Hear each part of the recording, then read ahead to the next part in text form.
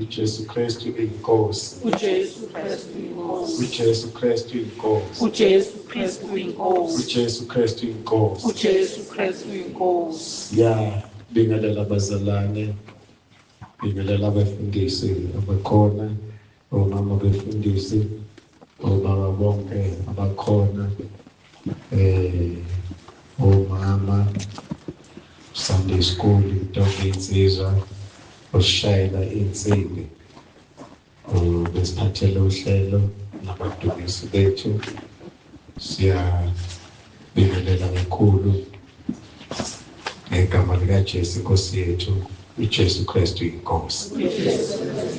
Siyambonga uNkulunkulu osihlengile osenzela umusa ngalolu suku, wasenzela ukuphila, wasithanda, wasibiyela ngomsa wakhe omkhulu. Sakwazi ukuvuka ukuba size enkonzweni, sizomkhonza uNkulunkulu ngokwemizimba yethu, ngokwengqondo yethu nangenhliziyo. uJesu Kristu inkosi. uJesu Kristu inkosi. Sithanda ukubhekisa kakhulukazi kubaba osukela namhlanje ngithi-ke Happy Father's Day kubona, sibashayele bezandla. Siyabonga kakhulu kubaba bethu, siyambonga uNkulunkulu ngani, uNkulunkulu angigcina akulondoloze nebandla lonke. Sizofunda abazalwane incwadi yethu lapha kuMateyu 13 isahluko esesine, sabe sibuka amavesi ambalwa sigcine ngevesi number 7. Mateyu 13 verse number 4, chapter 5, 6, 7.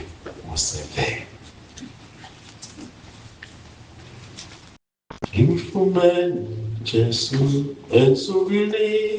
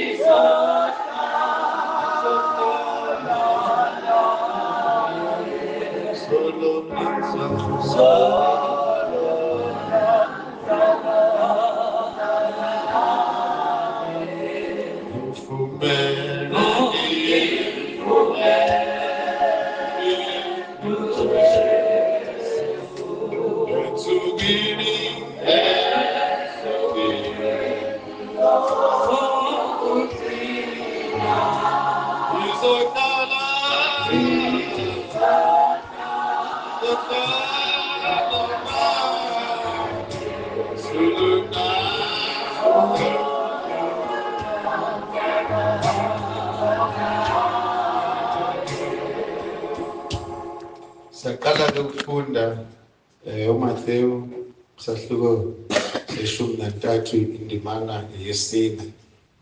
Ekuhlanyeleni kwakhe enye imbewu yawela ngasendleleni, kwafika izinyoni zayidla zayiqeda.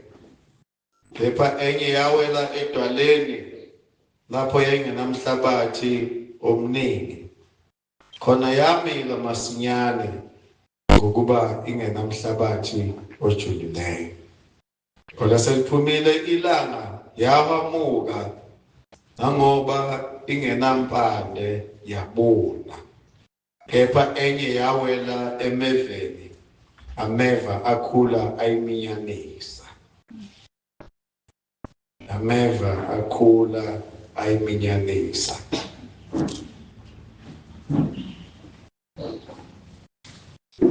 Imbali iyavuthuka, utshani buyabuna, kodwa izwi lenkosi limi kuze libe phakade. Jesu Kristu inkosi. uJesu Kristu inkosi. Ake sikhuleke.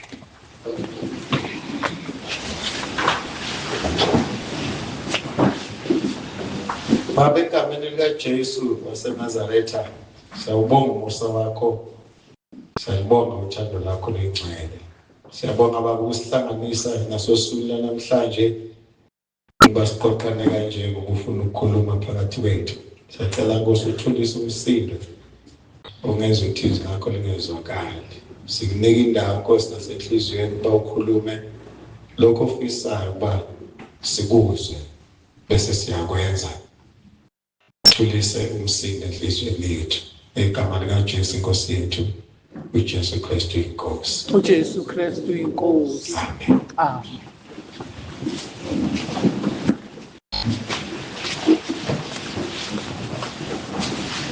Lapha-ke bazalwane sibuka uJesu ekhuluma ngemfanekiso.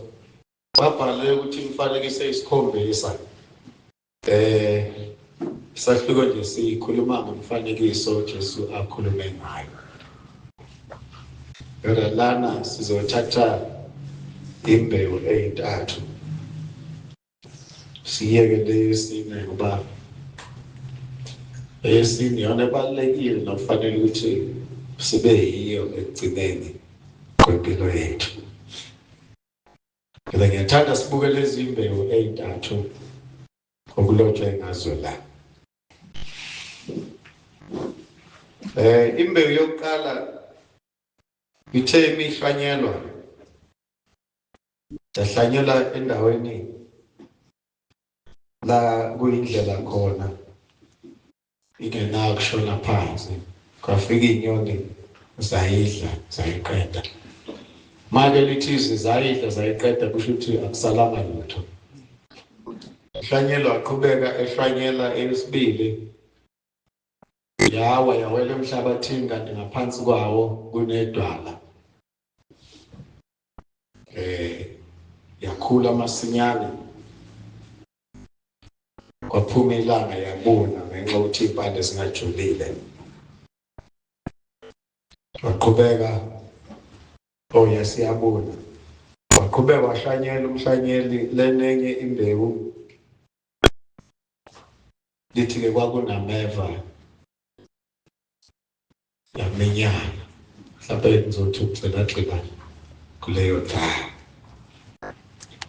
Ukuhlanyela-ke akufani nokulima nokutshala. La uJesu uthi umhlanyeli wayehlanyela. Laba abancane ngenzeka-ke mhlawumbe ukuhlanyela bengakwazi. Uma umuntu ehlanyela ebamba imbewu ngesandla bese ifaza ethi kuya ngokuthi iwele kuyiphi indawo. Imila njengendawo ewele kuyona. Nezwi likaNkulunkulu linjalo. Liyahlwanyelwa kithi. Nanjengoba nje likhuluma njengamanje liyahlwanyelwa. Njengoba lihlwanyela-ke kuzoya ngokuthi liwele emhlabathini onjani. Akulinywanga la kwagujwa kwasekuphonswa imbewu phansi, kodwa yahlanyelwa. Inkinga-ke ekusekuhlanyeleni kuba ukuthi la iwele khona imbewu ifice indawo enjani. Ngesikhathi umhlanyeli ehlanyela imbewu yokuqala yawela endleleni, amathuba ukuthi imile ayengekho ngoba kusendleleni, ngoba fika izinyoni zayixosha yonke, zayidla zayiqeda, akwangasala lutho. Ngoba nakhona lapha enkonzweni ukhona umuntu ohlala endleleni, ngoba ukuba phakathi ebandleni akusho ukuthi usuyazana noNkulunkulu. Ukucula uzoma phambili ucule ngenzeka kungasho ukuthi uyazana noNkulunkulu, kuya ngembewu ukuthi uyitholile imbewu yahlala kuwe na. Khona abantu esingakhonza nabo kuphele unyaka size siyitshela ukuthi hayi impela siyibambile kanti akazani uNkulunkulu khona into emlethile. Ihlwanyele imbewu masonto onke afika lilalela izwi kaNkulunkulu ihlwanyele mayiphuma nje lapha ngaphandle alisekho inyoni sezithathile. Jesu Kristu inkosi. Kuyenzeka kuya ngokuthi inhliziyo yakho injani. Akusho ukuthi uza amasonto onke enkonzweni. Kodwa indaba isenhliziyweni ukuthi eyakho inhliziyo injani makuhlanyelwa izwi. Khona umuntu ongashintshi akhonze kulonyaka bethi hayi sizobona ngonyaka ozayo mhlawumbe kuzoba ngcono. Nangonyaka olandelayo akhonze. Kodwa kuthola ukuthi kuyefana nje. Lokho aqala yena ukukhonza kunjalo nje kuyena ukho mehluko. Imbewu iwele endleleni kwafika inyoni uzayicosha. Imbewu. Jesu kwakhuluma lapha nakuMathewu ngathi number 5 mangaphosisi uverse 15 noma 16. Uthi ke makukhanye ukukhanya kwenu phambi kwabantu ukuze abantu babone imisebenzi kaNkulunkulu kini. Ngamanye amazwi bebona imisebenzi emihle kaNkulunkulu beyibone kuthini. Simele ukukhanya. Kodwa ke ukukhanya kwethu kuzodeterminwa imbewu ukuthi ihlwanyelwe kumuphi umhlabathi. Fika uJesu waqhubeka umhlanyelo wahlwanyela enye imbewu yawela emhlabathini kanti ngaphansi kwawo kunedwala. Yakhula masinyane lembewu. Cebezela kwabonakala makuyikhaba lombila kwabonakala kuthini. Athi lihle leli khaba. Cebezela makuyizintanga zibehlaza kahle kuya ngokuthi uhlobo lembewu. Kanti ngaphansi kunedwala. Laphuma ilanga. Maphuma ilanga yabuna. Yini edala ukuthi ibone impande kayijulile zivinjwe yidwala. Kuyenzeka nakithi lokhu sikhona. Shunyayele kahle enkonzweni kubonakala sengathi usibanibani izwi lemukelile. Khulazi lesi sikhathi namhlanje ma umuntu bese ngathi izwi limukelile. Fice joba. Yamuza uJesu ayishaya nasesifubeni. Mase kuba nenkinga evelayo ayeke phansi ukukhona. Yini imbewu ivinjwe idwala impande ayijulanga kuyaphansi. Angazi isihlobo sami ukuthi uhlezi ulalele uhlobo luni lembewu. Kodwa ngizocela nje ukuthi ke siyibuke siyesibukweni. Siyibuke ukuthi kulezi imbewu ezintathu okukhulunywa ngazo siluphi uhlobo lembewu. Umuntu uyimukela kahle inkosi, uyimukele kahle ivangeli. Hambe nabazalwane. Endleleni mase kukhona izinto ezivukayo, bendleleni makuhanjwa khona izinto ezivukayo. Mase kukhona okuvukayo ngiyayeka mina kuleli bandla. Ngoba ngiyabona vele abangithandi. Idwala lezimbewu yangajula. Ngoba asizili kuzothandwa abantu lapha zalana. Mhlawumbe umuntu engakusho lokho akuqinisekise. Awuzili kuzothandwa abantu. Munye umuntu okuthandayo uJesu. Njengoba ulana nje ufana nemoto esegaraji. Ukuthi makufika isikhathi seservice ihanjiswe egaraji befike beyifaka emshinini beyokuye phezulu beyibuke ngaphansi bekhipha amafutha. Bahlala ama-brake ukuthi yonke into ilungile yini bashintshe lokho abakushintshayo. Ekugcineni kosuku bese bethi uzolanda imoto ukuze ikwazi ukuqhubeka ihambe. Uma ungazili ukuzoyiservice wona la uzobuka abantu uzoba nenkinga. Ngoba uyoba saxobeke ulimale. Ulinyazwa yini? imbewu ayijulile inhlambi inqaba aziyibe phansi zivinjwe idwala. Le imbewu yesithathu mhlawumbe ngithe ngizothi ukugcina kuyona siyibuka buke. Lithi iBhayibheli wathi umhlanyeli mayehlanyela yawela la kunameva khona. Ngesikhathi ngena phansi yona vela ameva ayesevele sengaphansi. Yathi mayikhula yakhula nawo ameva ayiminyanisa. Amanyamaza ayizukwazi ukuthela kahle ngoba ayikhuli ngendlela efanele iminyaniswe ameva. Ameva nathi ayasihlasela sikhona ekukholweni. Into edingakalayo ukubonakala ukuthi umzalwane onjani. Ngoba ukuhamba neva ungamtshela umuntu ohlatshiwe ukuthi uhlatshiwe. Uyalimala uhambe na kahle. Yathunuka. Ma kukhulunywa izinto ebandleni ojwayele ukuyibuyisela eceleni.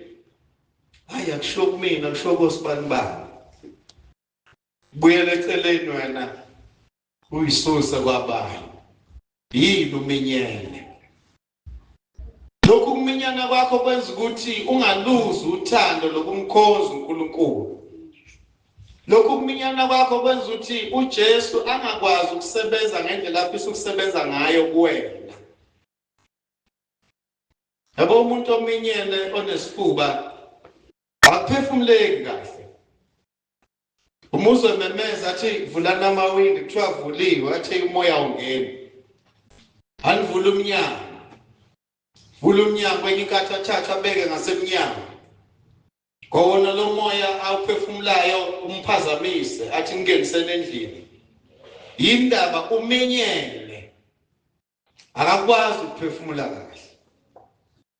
Nathi ekholweni uma ngabantu abazohamba beminyene asizukwazi ukuthela ithele kahle ekholweni. Khona abantu abasibukayo njengoba ukhona nje khona abantu ababukelayo kuwena. Abalapha nakude mhlambe babeka isikhathi.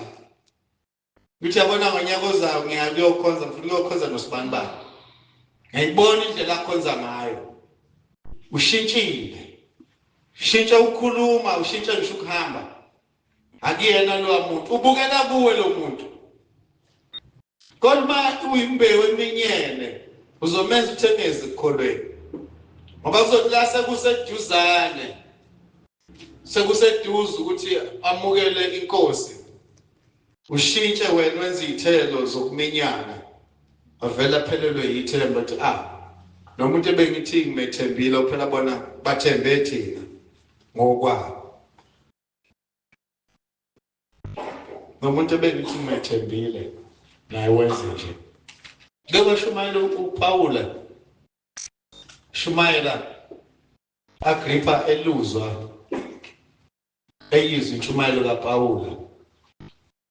Kwathi sekusele kancane Pawula ukuthi umsondeze enkosini. Akafuni ukuvuma. Kodwa uthi sekusele kancane. Uyalizwa iqiniso kulokhu uzalo uPawula likhulumayo kodwa uthi kusele kancane. Khona abantu abakubukayo ukuthi ukhonza kanjani. Khona abantu abakubukayo ukuthi ukhuluma kanjani, abalalelayo beluza ulimi lwakho. Uma uyimbewu eminyeneyo awuzukwazi ukukhuluma into ephusile. Uzohlezi ucasula abantu ngaso sonke isikhathi. Yalibona oluhlobo labantu othuma kukhulunywa uzwe besho ukuthi ngoba kancane ungesebe uSibani bani ke osho leyo kuthiwa uwe ngivele ngabona. Wena usuyaziwa ngoba uminyene. Uma ufika kunekwaya uthule ekwayeni ifika idungeke. Bathi hlemu abantu bayeke bonke ekwayeni. Sekungene wena ngene umuntu ominyeneyo. Futhi mina ngizazi ukuthi ngabanani. Mengithi ngihlanganisa nabantu nje kuvele kungalungi. Awuyibuka ukuthi imbewu emile kupha uminyene. uma imbewu iminyene udinga uya nakho ukuminyana kuNkulunkulu uthi Nkosi ngiminyene susa ukuminyana kwami. uJesu Kristu inkosi. uJesu Kristu inkosi. uJesu Kristu inkosi. uJesu Kristu inkosi. Ayikwazi imbewu eminyene ukuthela izithelo. Isizathu yini iminyene? Laba abalimayo nabatshalayo bayazi kuminyene ngabe umbila ngabe noma ngisho ihlahla nje lezama orange mayithothelene ndawonye khona sigencayo asisusa impela enze ukuthi kushaya umoya kuze lokho kufanele ukuthi kuthele kahle. Uyimbewu enjani kulezi imbewu ezintathu? Khona enyawo lendleleni kwafika inyoni zayicosha zayiqeda. Enye yakhula masinyane kanti impande ejulile yabuna sekufika ilanga ukuthi makuvela inkinga uyeke wena ngiyalishiya leli bandla nomfundisi wakho ngoba mina bangiphiwe ushiya ibandla nje uNkulunkulu uthe imbewu eyawela emhlabathini onameva. Ameva ayadinga ukususwa. Wasusa kanjani? Njengoba ulana nje unikezwe isikhathi sokuthi uyihlole zibuke ukuthi ukhonza kanjani ngoba isikhathi siyedlula.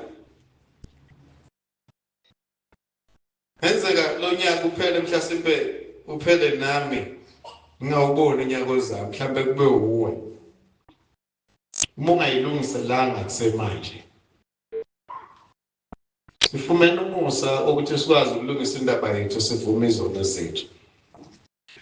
Uma kukhona iva elikhonzisa kabi dlula kulona buka uye kubaba umthetho nanti iva uNkulunkulu ngiyamthanda uJesu ngiyamthanda kodwa ngizizwa ngimukelekile kodwa ngiyasola indaba ngathi kimi ngiminyene ngoba awubazi ukukhonza uNkulunkulu uminyene ngoba ekugcineni kufuneka iy'thelo. Zizovela kanjani iy'thelo uminyene na? Uma uminyene ngisho abazalwane bengajabula bebusiseke abanye bathule baze bakhale bemuza umoya ingcwele sebenza phakathi kwabo. Kodwa wena ngenxa yokuthi uminyana awuzwa lutho kuyayifanela nje kuwena. Abanye uzubona ukuthi uminyene kuthi kukhonzwa abebhizi nefoni ungayitshela ukuthi wena kunezwa lifundayo kanti ubhizi uxoxa nabantu abangaphandle. Inkinga yakho uminyene. Ulapha ngokomzimba inhliziyo nengqondo akukho la. Bona ngisho kwenziwa izinto ngihambisana ney'nqumo ufuna sengathi ngaso sonke isikhathi kungalalelwa yena ukuthi uthini. Uma kungukuthi owakho umbono awumukelwa muzwe sesha hayi bengikhuluma nje bengivele ngazi ukuthi ngeke ngimukeleke ngoba mina vele angithanda. Yonke into engiyikhulumayo ayemukela kingiminyene. Uhlezi nabantu abangaminyene kodwa wena uminyene. Kwenzeke into encane hamba umuntu ayohlala ekhaya engabe seze ebandleni. Mawuthi uyabuza kwenzakaleni hayi ngase ngahlubuka usibani bani wangihlubula ngabona ukuthi ayikho into engiyikhonzayo ngcono ngihlala ekhaya. Isihlobo sami inkosi izokufica usahleze ekhaya uminyene. Uyokwenza njani? Ngizothi nali ithuba uNkulunkulu alivezayo. Nasi isikhathi osinikezwayo sokuthi uyihlole ukuthi uyimbewu enjani phambi kwaNkulunkulu. Uma kukhona izinto ezikuminyanisayo awuhlehle ulungisa indaba yakho. Awuhlehle. Lilo 3 verse 30 uthi asondeleni uNkulunkulu siphenye sibuke indlela zethu ukuthi zinjani. bengizothawuke uye kuNkulunkulu nawe uyobuka. Mina ngangafana nabanye abantu ekukhonzeni uNkulunkulu. Uthi kodwa inkinga ayikho kimi na. Isaya wathi ngihlezi phakathi kwabantu abangcolile. Indebe zami ingcolile. uNkulunkulu wathumela iSerafi lathinta indebe zakhe ngelahle libanjwe udlame. Ngoba waseyivezile abantu ahlezi phakathi kwabo ukuthi uhlobo luni naye wagcina esengcolile. Enye izinto esingcolisayo ukuthi sithi silapha ebandleni sibe sibana abangani abangakhozi. Abangani abazosifundisa izinto esingafundiswa zona ebandleni. Kubonakala engathi lokho kwasebandleni kuyasicindezela into engcono nento ezwakala kahle ilesi itshela abangani bethu abangekho ebandleni. Sisike sifuna ukukhonza uNkulunkulu nezinto esizitshela abangani izinto zangaphandle. Yini inkinga? Simenyene. Ayikwazanga ukukhula lembewu. Into yadala lokho ukuminyana kuyona. Angazi ukuthi yini ekuminyanisile. Usabathe uyamkhonza uNkulunkulu. Noma emthandazweni uthi uyakhuleka uzutshela abanye baxoxele. Yazi noma ngithi ngiyakhuleka ngibona ngathi uNkulunkulu akangizwa. Awuyibuza ukuthi awuminyene yini. Njalo la kuhlangana khona abantu bahamba abantu sebexabene. Manje kwafika wena uzabeze bese sivele sazi sohlukana kanje. Ngoba sekufika umuntu ominyeneyo. Unjani phakathi kwabazalwane? Unjani phakathi ekhaya? Emsebenzini la usebenza khona unjani? Awuminyene yini? Awuyibuze. Ngithake sibukele izimbewu ezintathu siyeke le okuthiwa yathela kahle yawo le mhlabathini olungileyo. Kodwa ngaphambi kokuthi kufike umhlabathi olungile fanele siyibuke nale emthathe esedlule kuyona. Sibuke. Ngoba kulula ukuzwa izwi lenkosi. Kodwa kulikhulu ukulenza. Inkinga kuba inhlabathi sikuyona. Ngenzeka kuba inhlabathi incane ngaphansi kunedwala. Impanda ayikwazi ukujula. Kungenzeka kuba inhlabathi iyanele kodwa inkinga ihlwanyele la kunameva khona. Ameva akhula ayiminyanisa. Mawukhuka uhlatshiwe yiva. Dingeka uthusho. Nathi iva lingihlabile akuhambeki kahle. Hlale phansi balikhabe.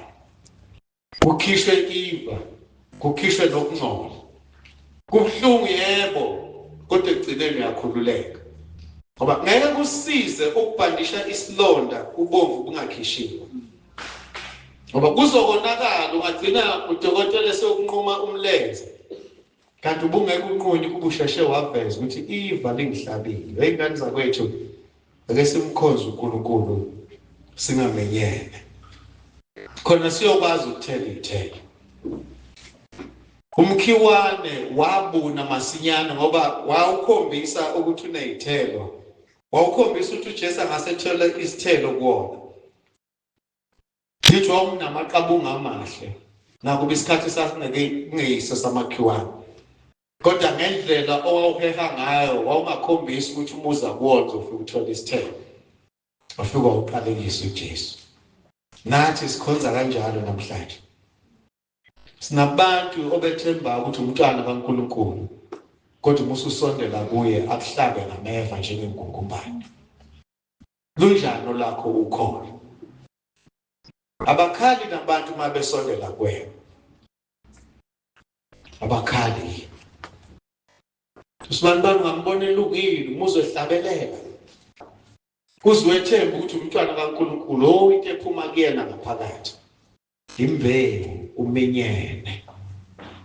uNkulunkulu akasize ngane zakwethu. Simkhonze ukumenyana singenakho. Uma wazi ukuthi khona ameva aveze ameva ngoba awuzukukhululeka uzozufe ufana lento eyisibizi uyagijima wenza zonke izinto ezenziwayo ebandleni uzwethembise kanti uyazi ukuthi uminyene ngaphakathi umuntu okubukayo ubuka kwethembe azabe nothando wena uyazi ukuthi uminyene eqinisweni uzazi kahle ukuthi awukhona engathiwa abantu abakholwayo abavela uyazazi wena ukuthi awukhona kungukuthi nje ugqoka isikhumba semvu ngoba ingaphakathi lakho angeke sakwazi ukulibona ngizothi uNkulunkulu akakusize sihlobo sami uyeke nenhliziyo encane usathithwa kushuthi umuntu yakudlalisa sudenze ihlathi awufuni ukudlaliswa nabantu kufanele ukuthi bekudlalise omunye mayeqhawula uthi umqhawula ubukhuluma nalo bavele ujawu ukuthi asheshe asuke lona unendaba naye awuzenzi minye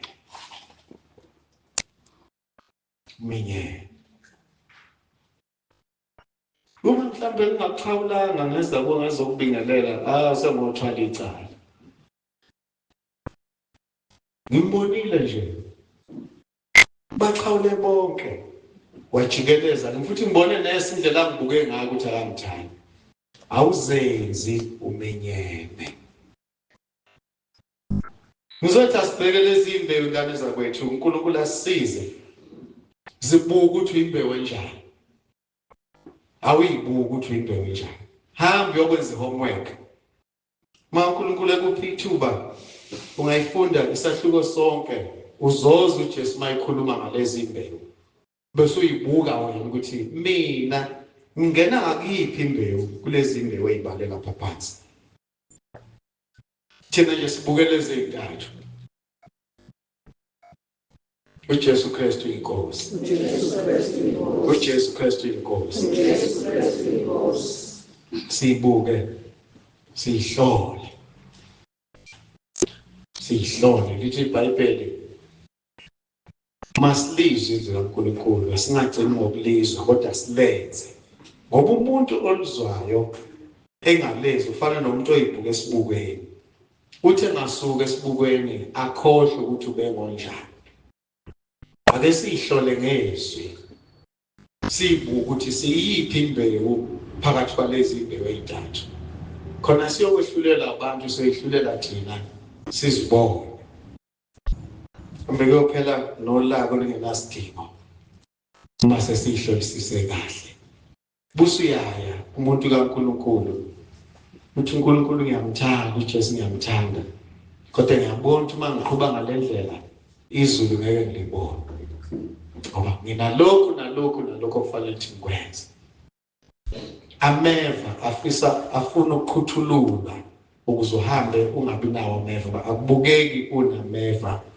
phakathi kwabantu mkhonza kahle uNkulunkulu ameva esusiwe iliphi elakho iva yana nale nkosi yini eyothi inkosi nanti iva lengikhonzisa kabi noma ngithi ngiyasondela kubantu iva likhona lengikhonzisa kabi liyamenyanisa ngabe ngisakwazi ukuphefumula sicile 116 amacilongwane ethu 116 sithi ngomsindisi onamela empini bese siyakhuleka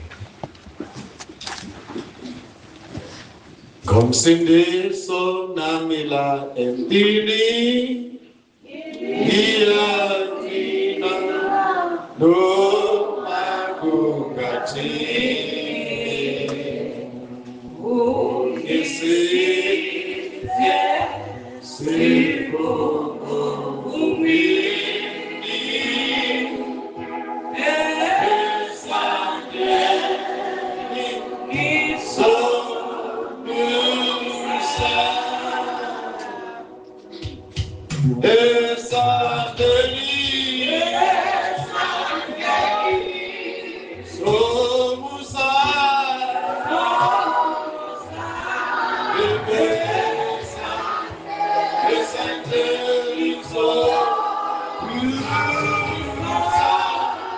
So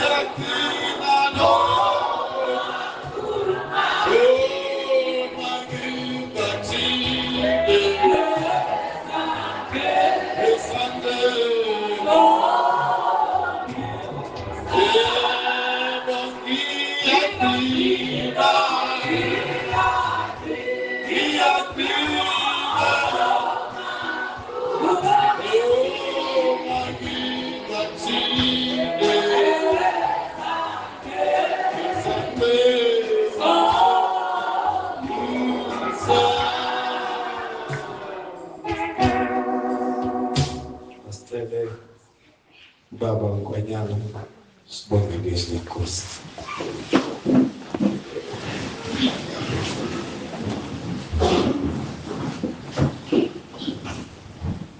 Baba wathonga egameni lenkosi yethu Jesu Kristu. Izwi lakho Baba liyaphila. Izwi lakho Baba likulungele ukufundisa. Izwi lakho Baba likulungele ukusola. Izwi lakho Baba likulungele ukuyala ekulungeni. Izwi lakho likulungele ukuqondisa. Siyabonga Baba othongcwele. Siyabonga ukusiqondisa Nkosi endleleni. Siyabonga uNkulunkulu ongcwele ukuyala ekulungeni kwakho. Baba uNkulunkulu onamandla, sisize moya ongcwele ukuba uNkulunkulu onamandla sinamathele uNkulunkulu ongcwele ngokusho kwezwi lakho Baba onamandla. Siyakubonga ke Baba othongcwele namhlanje ukusikhumbula ngale ndlela uNkulunkulu ongcwele ukusivuselela ukuba uNkulunkulu ongcwele sibe yibandla uNkulunkulu ongcwele engenasisihla. Siyakubonga uNkulunkulu ongcwele, izwi lakho libukhali ukudlula inkemba esika nhlangothi zombili. Baba ongcwele uNkulunkulu onamandla, lichitha izizinto ezimbi nemicabango emibi. Siyabonga Baba othongcwele ukusihlanza ngezwi lakho. Usho njalo uNkulunkulu ongcwele, uNkulunkulu onamandla kuMathiyu, uthi inkosi seningcwele ngenxa lamazwi ebakhululekile. Siyalibonga ke Baba uthi liyasingcwelisa usuku nosuku, udumo namandla kungakho, ubukhosi bonke bungokwakho. Siza kuwe Baba uNgcwele ngokubonga inkosi uJesu ukuthi wena uyinkosi yamakhosi, uJesu Kristu uyinkosi, uJesu Kristu uyinkosi, Kristu uyinkosi, uJesu Kristu uyinkosi, uJesu Kristu uyinkosi. uJesu Kristu uyinkosi. Amen.